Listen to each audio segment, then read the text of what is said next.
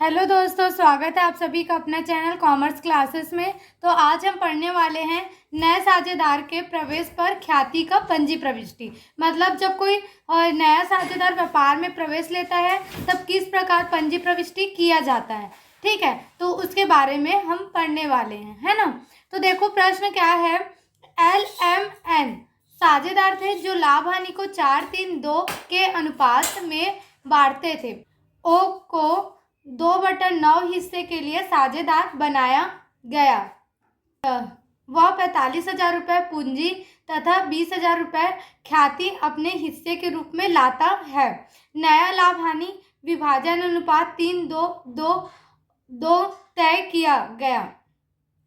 General प्रविष्टि कीजिए तथा त्याग अनुपात ज्ञात कीजिए। ठीक है, हमको तो देखो प्रश्न को एक बार और पढ़ते हैं और ध्यान से समझते हैं। ठीक है, देखो क्या बोल रहा है।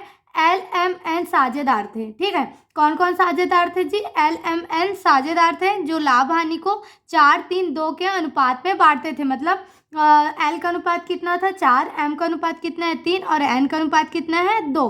ठीक है, O को 2/9 हिस्से के लिए साझेदार बनाया गया। मतलब एक नया साझेदार ओ है जिसको कितने हिस्से के लिए साझेदार बनाया गया है 2/9 हिस्से के लिए साझेदार बनाया गया है। ठीक है, तो वह जब साझेदार बनता है, वो जब नया साझेदार बनता है तो वह 45,000 रुपये पूंजी क्या होता है, जैसे कि व्यापार की संपत्ति है उसमें अगर नया साझेदार को अधिकार प्राप्त करना है तो वह पूंजी के रूप में पैसा लेके आता है। ठीक है, और पूंजी को मतलब संपत्ति को उपयोग करके जो भी लाभ होगा तो लाभ में हिस्सा प्राप्त करने के लिए वो क्या लेके आता है, ख्याति की राशि लेके आता है। ठीक है, तो ख्याति कितनी है आपकी 20,000 रुपये ख्याति है ना, अपने हिस्से के रूप में लाता है ना। तो नया लाभ हानि विभाजन अनुपात कितना है 3-2-2 के अनुपात में है। मतलब नया साझेदार, जब नया साझेदार आया तो सभी साझेदार का अनुपात क्या हो गया, बदल गया। ठीक है, जो पहले 4-3-2 था वो अब कितना हो गया है 3-2-2-2 के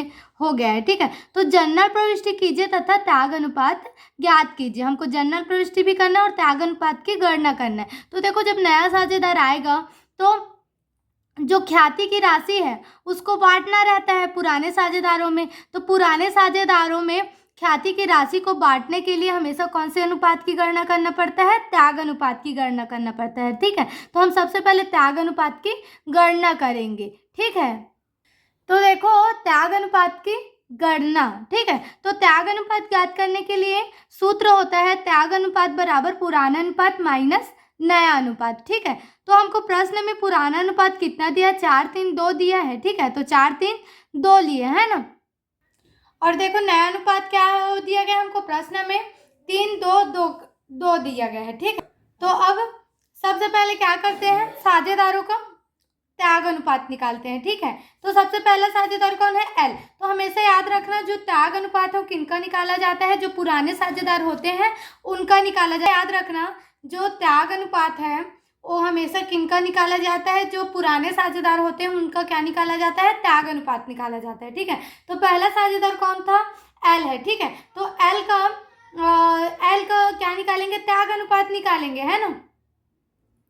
तो त्याग अनुपात निकालने का सूत्र क्या होता है, पुराना अनुपात माइनस नया अनुपात। ठीक है, तो पुराना अनुपात कितना है, L का 4 है तो 4 आ गया। ठीक है, और फिर क्या करेंगे 4-3 कितना हो गया 7 और 2 कितना हो गया 9 हो गया। ठीक है, तो ये 3 नहीं है, ये आपका कितना है 9 है। ठीक है, तो 4/9 क्या हो गया आपका पुराना अनुपात हो गया। ठीक है, फिर क्या है माइनस नया अनुपात। तो L का नया अनुपात कितना है 3, तो 3 आ गया और 3-2 5, 5 और 2 7 और 7 और 2 कितना हो गया 9, तो बटा कितना आ गया 9। अब देखो दोनों संख्या किस में है, भिन्न में है, बटे में है। ठीक है, और बीच में प्लस या माइनस रहता है तो हमेशा कौन सा गुणा होता है, तिर्यक का गुणा होता है या फिर तो लघुत्तम निकालना पड़ता है। लेकिन यहाँ हम दोनों ही नहीं करेंगे, ना तो तिर्यक का गुणा करेंगे और ना ही लघुत्तम निकालेंगे। क्यों नहीं निकालेंगे, तो इसलिए नहीं निकालेंगे क्योंकि दोनों का हर क्या है समान। जब भिन्न में होता है हमारा संख्या और जब दोनों का हर समान होता है तो उस हर को कितने बार लिखते हैं, एक बार, तो एक बार लिख दे 9। ठीक है, फिर ऊपर में कितना बच गया 4-3, तो 4-3 बटा कितना आ गया 9। अब 4 में से 3 जाएगा तो कितना बचेगा 1, और बटा 9 की 9। अब देखो बड़ा संख्या के सामने प्लस चिन्ह है तो यहाँ प्लस आएगा, ठीक है। खैर प्लस को लिखने की जरूरत नहीं रहता, लेकिन हमेशा याद रखना अगर आपके प्लस में आपका अगर अनुपात आ रहा है तो कौन सा अनुपात है, त्याग अनुपात है, ठीक है। ये गलती से प्राप्ति लिख दी हूँ मैं, ये कौन सा अनुपात कहलाता है, त्याग कहलाता है। अगर आपका प्लस में अनुपात निकल रहा है तो कौन सा अनुपात होता है, त्याग अनुपात होता है, ठीक है। और यदि माइनस में निकलता है तो आपका कौन सा अनुपात होता है, प्राप्ति अनुपात होता है, ठीक है। अब देखो दूसरा साझेदार कौन है, एम है ना। तो हमें एम का पुराना अनुपात कितना दिया है, 3 दिया है, ठीक है। तो 3 लेंगे और नया अनुपात कितना दिया है, 2। तो नया अनुपात की जगह में क्या लेंगे, 2 लेंगे, ठीक है। तो देखो सबसे पहले क्या आता है, पुराना अनुपात। तो पुराना अनुपात कितना दिया हमको प्रश्न में, 3। तो 3 आ गया और पूरे पुराने अनुपात को ऐड करेंगे, 4 3 कितना हो जाएगा, 7, 7 और 2 कितना हो जाएगा, 9। तो बटा 9 में आएगा माइनस नया अनुपात। नया अनुपात कितना है, एम का 2 है तो 2 आएगा और उसके पूरे अनुपात को जोड़ेंगे, है ना, तो कितना आ जाएगा, 9 आएगा। तो 9, अब सेम फॉर्मूला कि दोनों का हर क्या है, समान, तो एक बार लिखाएगा। अब 3 में से और 3 और 2 वैसी का वैसी रहेगा, ठीक है। अब 3 में से 2 जाएगा तो कितना बचेगा, 1। तो 1/9 आ गया, ठीक है। एम का भी हिस्सा कितना निकल गया है, 1/9, मतलब हिस्सा नहीं है, ये त्याग करेगा 1/9 में, ठीक है। अब तीसरा पुराने साझेदार कौन है, एन। तो एन का लेंगे, तो एन का पुराना अनुपात कितना है, 2। तो 2 लेंगे, ठीक है। और नया अनुपात कितना है, 2 ही है, तो नया अनुपात भी कितना लेंगे, 2, ठीक है। तो उसी को लिखा गया 2/9, है ना। पुराना अनुपात में एन का कितना हिस्सा था, 2, तो 2 आ गया और टोटल अनुपात को ऐड किए तो कितना आएगा, 9। तो 9 आ जाएगा। फिर नया अनुपात में भी कितना है, 2 का हिस्सा, एन का हिस्सा 2, तो 2 आ जाएगा और पूरे को ऐड करेंगे तो कितना आएगा, 9, है ना। अब देखो इसका क्या आएगा, दोनों हर समान है तो एक पर लिखाएगा 9 और फिर हम 2 में से 2 घटा देंगे प्लस, और इसके सामने क्या है, माइनस। प्लस माइनस क्या होता है, माइनस होता है, ठीक है। तो 2 में से 2 जाएगा तो कितना आ जाएगा, 0 आ जाएगा, ठीक है। तो हमारा त्याग अनुपात कैसे निकल गया, पहला साझेदार जो एल था उसका 1/9 आया था, तो उसका केवल किसको लेंगे, 9, 1 को लेंगे, ठीक है। दूसरा साझेदार कौन था, एम। तो एम का कितना है, 1/9, तो 9 को नहीं लिए हैं, 1 को लिए तो 1 आ गए, ठीक है। और जो एन है उसका कितना आया, 0/9 आया, मतलब जो एन है वो किसी भी प्रकार का त्याग नहीं किया है, ठीक है। तो उसका अनुपात कितना आया, 0 आया। तो ये हमारा जो त्याग अनुपात है उसका गणना हो गया, ठीक है। अब हम लोग क्या करेंगे, जनरल प्रविष्टि करेंगे, ठीक है। तो देखो जनरल प्रविष्टि, ठीक है। तो जनरल प्रविष्टि करेंगे तो सबसे पहले शीर्षक देना पड़ेगा जनरल प्रविष्टि करके, ठीक है। फिर जनरल प्रविष्टि का प्रारूप क्या होता है, दिनांक, विवरण, खाता पृष्ठ, विकलन राशि और क्या आता है, समाकलन राशि, ठीक है। तो इसका जनरल प्रविष्टि किस प्रकार करेंगे, इसके लिए पहले क्या करते हैं, प्रश्न को पढ़ते हैं, ठीक है।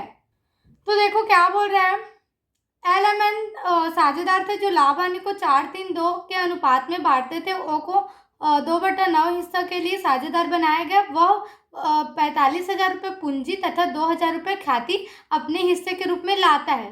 तो देखो जनरल प्रविष्टि में सबसे पहले मतलब इसी का जनरल प्रविष्टि होगा, ठीक है। जो पूंजी और ख्याति के लिए रोकड़ लेके आया है ना, उसी का जनरल प्रविष्टि करेंगे, ठीक है। तो देखो पूंजी के लिए लाए चाहे ख्याति के लिए लाए, वो तो ला रहा है रोकड़ ना, तो सबसे पहले क्या होगा, रोकड़ खाता विकलन हो जाएगा, ठीक है। अब फिर समाकलन क्या होगा, ये जो पूंजी की राशि रोकड़ आया कि वो पूंजी की वजह से आया, ठीक है। तो ये लाया कौन है, ओ लाया ना, तो ओ के पूंजी खाता से हो जाएगा और क्या हो जाएगा, ख्याति खाता से। मतलब पूंजी के लिए लाया तो ओ के पूंजी खाता से और ख्याति के लिए लाया तो ख्याति खाता से हो जाएगा, ठीक है।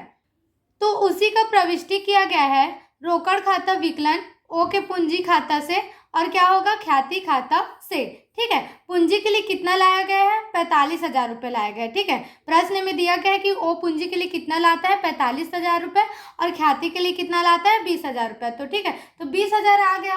अब 40 और 45 20 और 45 को जोड़ेंगे तो कितना हो जाएगा, 65,000, तो 65,000 आ गया, ठीक है। अब नरेशन क्या लिखे, नया साझेदार के द्वारा पूंजी और प्रीमियम के लिए रोकड़ लाया गया, ठीक है।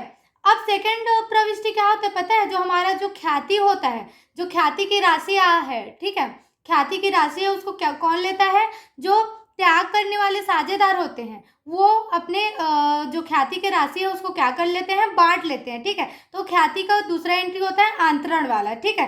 तो ये क्या होता है, इसको देख लेते हैं, है ना।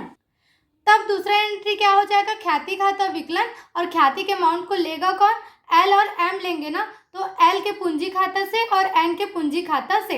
हमेशा याद रखना ख्याति का आंतरण वाला जनरल प्रविष्टि क्या होता है, ख्याति खाता विकलन, एल के पूंजी खाता से और एम के पूंजी खाता से। ठीक है, तो इसका नरेशन क्या हो जाएगा, ख्याति के राशि को पुराने साझेदारों के पूंजी खाता में त्याग अनुपात में आंतरित किया गया। ठीक है, और जो ख्याति मिलेगा पुराने साझेदार को, जो त्याग करने वाले साझेदार है उनको, तो वो कौन से अनुपात में मिलेगा, त्याग अनुपात। मतलब अभी हमने थोड़ी देर पहले किसका गणना किया है, त्याग अनुपात का, है ना। तो त्याग अनुपात जितना आया है उसी अनुपात में ही हम क्या करेंगे, ये ख्याति की राशि को बांटेंगे। ठीक है, तो देखते हैं इसको बांटते कैसे हैं, है ना। तो देखो ख्याति का राशि हमको प्रश्न में दिया कितना गया है, 20,000 रुपये, तो 20,000 लिए।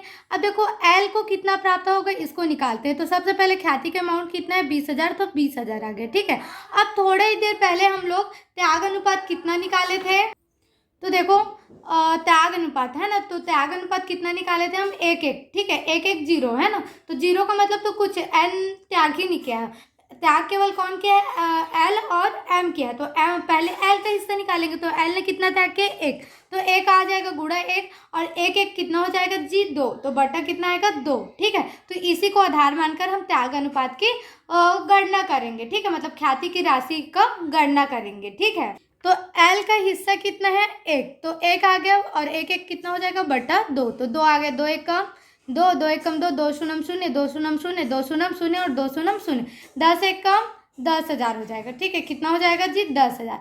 अब सेम ये क्या हो रहा है, एम का भी निकाल देते हैं, तो एम को भी कितना लेंगे, 20,000 रुपये। ख्याति की राशि कितनी है, 20,000।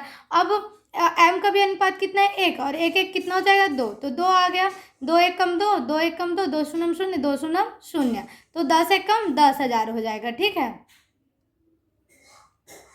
ये 10,000 हो गया, है ना।